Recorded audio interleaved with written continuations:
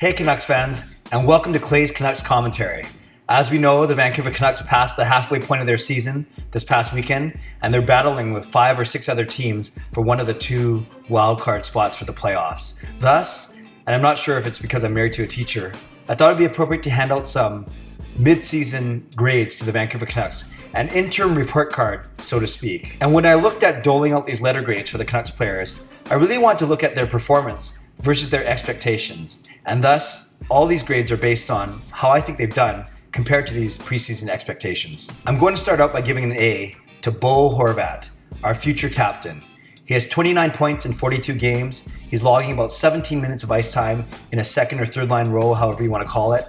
But he's been undoubtedly our MVP of the first half of the season. He's our most exciting player. He's solid in the face-off circle. And we've seen how much he's matured and how much he's grown as a player in this past half season alone. He's got leadership material written all over him. He sounds good in interviews. He's been very involved in the community. There's no doubt he's the centerpiece of the Canucks going forward, and look for him to be rewarded with a huge contract this summer. I'm giving an A- to goaltender Ryan Miller. He's in the last year of his contract, and he's kept the Canucks in many games. In fact, he's stolen a few games on his own.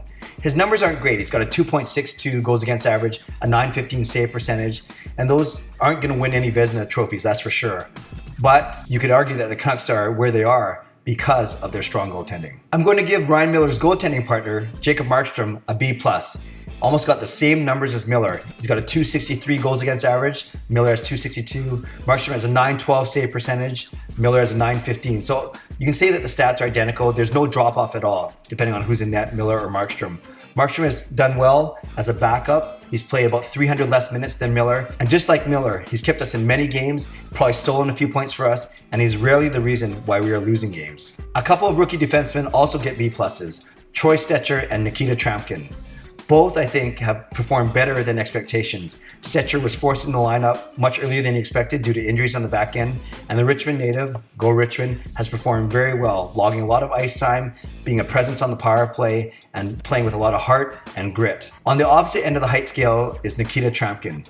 He's also exceeded expectations. He's been playing big, although his helmet doesn't really fit on his head properly. He's got an outstanding reach, he's got really good positioning, and as his English gets even better, he'll be a much better communicator with his teammates and his coaches. With Stecher and Trampkin, you have 2 guys who weren't even on the opening night roster for the Canucks, and now they're both playing integral roles on the blue line. Going to give out 2 more B+, the line mates, Alex Burrows and Sven Baertschi. Burrows was almost a write-off last season. People thought he might have been bought out, and if he made the team this season, be stable to the 4th line or even a healthy scratch. Instead, he's played very well and with a lot of energy. He has 16 points already, and is no doubt a calming force both on the ice and inside the locker room. Sven Baertschi was scratched for 1 game in December, and since returning, he's been a ball of fire, also scoring at nearly a point a game pace, and now he has 23 points in 39 games. He's making that trade from a couple years ago look better and better. I'm giving out B's to 5 forwards, Brandon Sutter, Henrik Sedin, Jannik Hansen, Jack Skille, and Markus Granlund. Markus Granlund has picked up his game recently. He's on pace for 18 goals this season,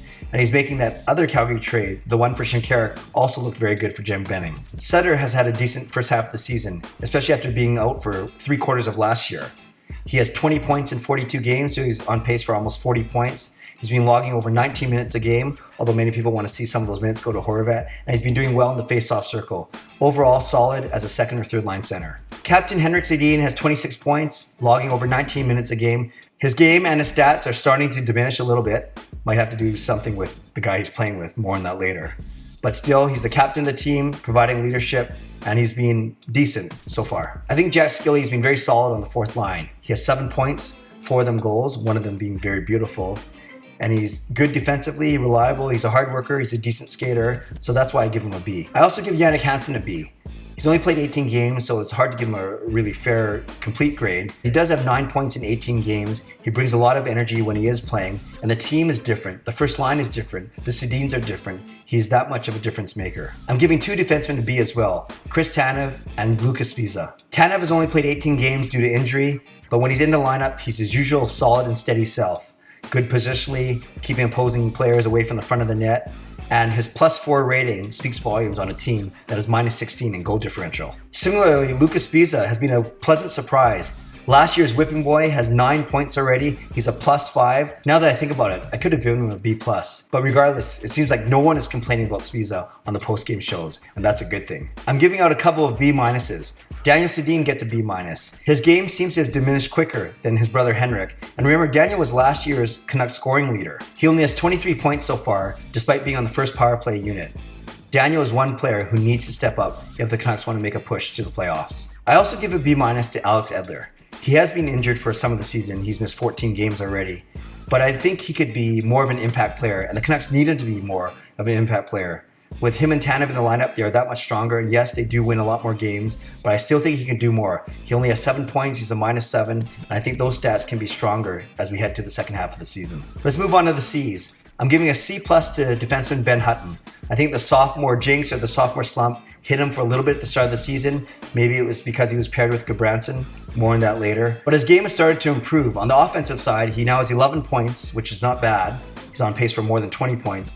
But on the defensive side, he is a -12, which is not good. I'm also giving a C+ to Michael Chaput. By definition, C+ is average. And I think Chaput has been average on the fourth line. Don't have much to say about him. I'm handing out 2 C's. One to Loul Eriksson and one to Jayson Megna. Loul Eriksson has not lived up to his $36 million contract. He's a very streaky player, as we've seen, but I'd like to see more good streaks than bad streaks, obviously. Whether it's because he's not playing with the Sedins, whether it's because he's not on the first power play unit, whatever the reason, Eriksson still needs to find a way to get points, go to the dirty areas, and score where he's used to scoring from, and that's in front of the net. Jayson Megna, given the opportunity of a lifetime to play with the Sedins, yet he's basically brought that line to a screeching halt. They have only 6 points in the 7 games that they played together since Jannik Hansen's most recent injury.